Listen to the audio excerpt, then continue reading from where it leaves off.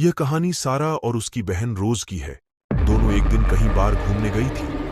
वहां पर कुछ ऐसा हुआ कि दोनों में से एक बहन गुम हो गई। फिर दूसरी बहन मेरे पास आई। फिर मैंने किस प्रकार उसकी बहन को खोजा, वह तो आपको इस कहानी को पूरा पढ़ने के बाद ही पता चलेगा। तो चलिए शुरू करते हैं। हेलो, मेरा नाम पिके है और मेरी टीम मेंबर और मेरी दोस्त जेंसी, जो मेरी कैमरा वीमेन भी है। मेरे पास एक लड़ी डेचकी का कॉल आया। उसने अपना नाम सारा बताया। उसने अपनी बहन के गुम हो जाने की खबर हमको दी थी। चलिए अब हम आपको उनसे लाइव मिलवाते हैं। पिके। हेलो सारा, मैं पिके बोल रहा हूं। क्या तुम मुझे अपने बारे में विस्तार से बता सकती हो, ताकि हम तुम्हारी मदद करने में ज्यादा कंफर्टेबल हो सके? सारा, मैं और रोज हम दोनों सगी बहनें हैं। हम दोनों गोयनका हॉस्पिटल में नर्स का काम करती हैं। हम दोनों बहनें अपने घर से दूर रहती हैं। हम हर शनिवार शाम को दोनों बहनें कहीं बाहर घूमने जाती हैं। इस शनिवार हमने कहीं लॉन्ग हाइकिंग का प्लान बनाया। दोनों कुछ जरूरी सामान लेकर अपने घर से निकल पड़े। पिके, सारा तुम क्या यह बता सकती हो तुम अपने साथ क्या लेकर गई और क्या पहन कर गई थी? सारा, हमने कुछ स्नैक्स, बिस्कुट और कोल्ड ड्रिंक्स का सामान लिया। हम फॉर्मल सूट में ही थे। हम दोनों अपनी कार से ही गए थे। पिके, क्या तुम मुझे वास्तविक लोकेशन भेज सकती हो जहां पर तुम्हारी बहन तुमसे अलग हुई थी? सारा, मैं आपको वह लोकेशन मेल के जरिए भेजती हूं। पिके, क्या तुम मुझे विस्तार से बता सकती कि वहां पर क्या हुआ था? सारा, जिस लोकेशन का मैंने आपको मेल किया है, ठीक वहीं पर एक छोटी सी घाटी है। वहां पर हमारी गाड़ी बंद हो गई और हमारी गाड़ी की हेडलाइट भी बंद हो गई। शायद हमारी कार मैं ड्राइव कर रही थी, तो रोज ने उतरकर देखा कि गाड़ी को क्या हुआ है। रोज गाड़ी के सामने गई और उसने कार के इंजन को देखने के लिए कवर को फ्लिप अप किया। आगे क्या हो रहा था यह मुझे ठीक तरह से दिखाई नहीं दे रहा था। मैं अंदर बैठी हुई उसका इंतजार कर रही थी, लेकिन बहुत देर से उसकी तरफ से कोई रिप्लाई नहीं आया। तो मैं भी उतरकर बाहर गई। वहां मुझे रोज नहीं मिली। मैंने उसको बहुत आवाज लगाई, लेकिन वहां कोई नहीं था। बहुत देर तक हेल्प के लिए किसी को बुलाने और इंतजार करने के बाद मुझे वहां से निकलना पड़ा। प्लीज आप मेरी बहन रोज को ढूंढ दीजिए। इतना कहकर सारा फुट फुट कर रोने लगी। पिके, सारा प्लीज तुम रो मत। अच्छे से हमारे सवालों के जवाब दो, ताकि हम तुम्हारी बहन रोज को ढूंढने में तुम्हारी मदद कर सके। अच्छा, तुम मुझे निश्चित समय बताओ कि यह घटना किस वक्त हुई? सारा, रात को ठीक 11 बजे।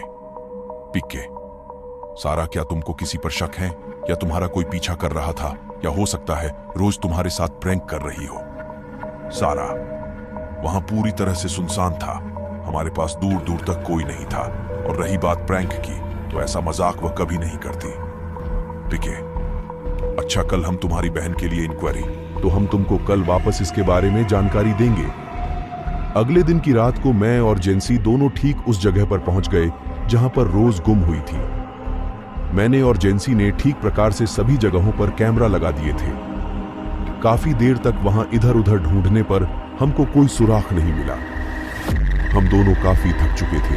जेंसी वापस लौटने को बोल रही थी, लेकिन मैंने उसको 11 बजे तक इंतजार करने को कहा। हम दोनों को नींद की झपकियां आ रही थी, लेकिन मैं वहीं पर खाड़ी डीडीहा रहा और जेंसी कार के सहारे खड्डीधी नींद ले रही थी। 11 बज गए थे। हम दोनों ने कुछ समय बाद वहां से जाने का निश्चय किया। तभी अचानक मेरे सामने वाले कैमरे में मुंह कुछ हलचल दिखाई दी। मैंने जल्दी से जेंसी को बुलाया कि ध्यान से देखो, यहां कोई है। हम दोनों पूरे ध्यान से कैमरे में नजर रखने लग गए। हमको धीरे धीरे कुछ हमारे नजदीक आने की आवाज आ रही थी। अंधेरे से एक लड्डेचकी निकल कर आई और एक पेडियच के पास आकर खड्डी हो गई। मैंने उसको आवाज दी, लेकिन उसने कोई जवाब नहीं दिया। वह लड्डेच के पास खड्डे पे डेच से अपना सर पीटने लगी। मैंने जेंसी से पूछा, वह ऐसा क्यों कर रही होगी?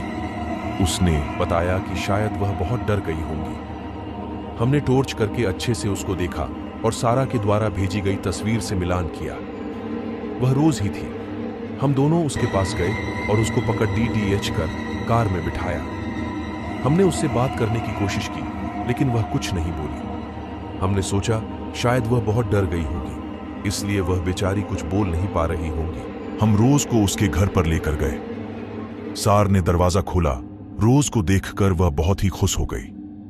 वह रोज को अंदर लेकर गई, उसको पीने के लिए पानी दिया और उसको पूछा कि उसके साथ क्या हुआ था, लेकिन रोज कुछ नहीं बोली।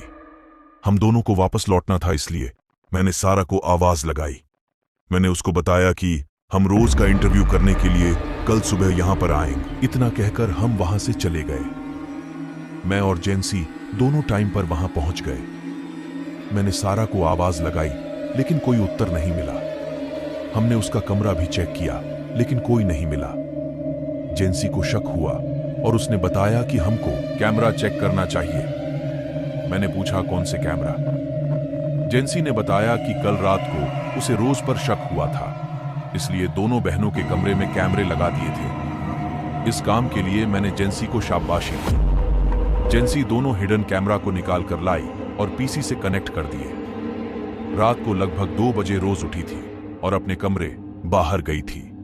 इस कैमरा में इसके अलावा कुछ नहीं था। दूसरा कैमरा में 2 बजे रोज सारा के कमरे में गई थी। रोज ने चुपके से सारा के पैर पकड़े और उसको घसीटते हुए बाहर लेकर गई। इसके बाद क्या हुआ, इसका पता लगाने के लिए हमारे पास कोई भी सबूत नहीं था, इसलिए हमने हमें अपनी तहकीकात को यहीं पर निरस्त कर 2 दिन के बाद अखबार में एक आर्टिकल आया था, जिसमें लिखा था कि गोयनका हॉस्पिटल की नर्स का हुआ थ्रिलर किलिंग। मैं और जेंसी उन दोनों बहनों के लिए बहुत दुखी हुए थे। पता नहीं उन दोनों बहनों के साथ क्या हुआ होगा, लेकिन जो कुछ भी हुआ होगा बहुत भयानक हुआ होगा।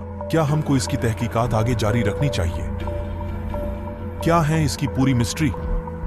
अगर आप जानने को इच्छुक हैं तो इसके पार्ट 2 के बारे में तो कमेंट कीजिएगा। हम इसका पार्ट 2 भी जल्द पेश करेंगे। आप पारेच रहे हैं। हाय, हूं पिके और मेरी टीम में है मेरी दोस्त जेंसी। यह कहानी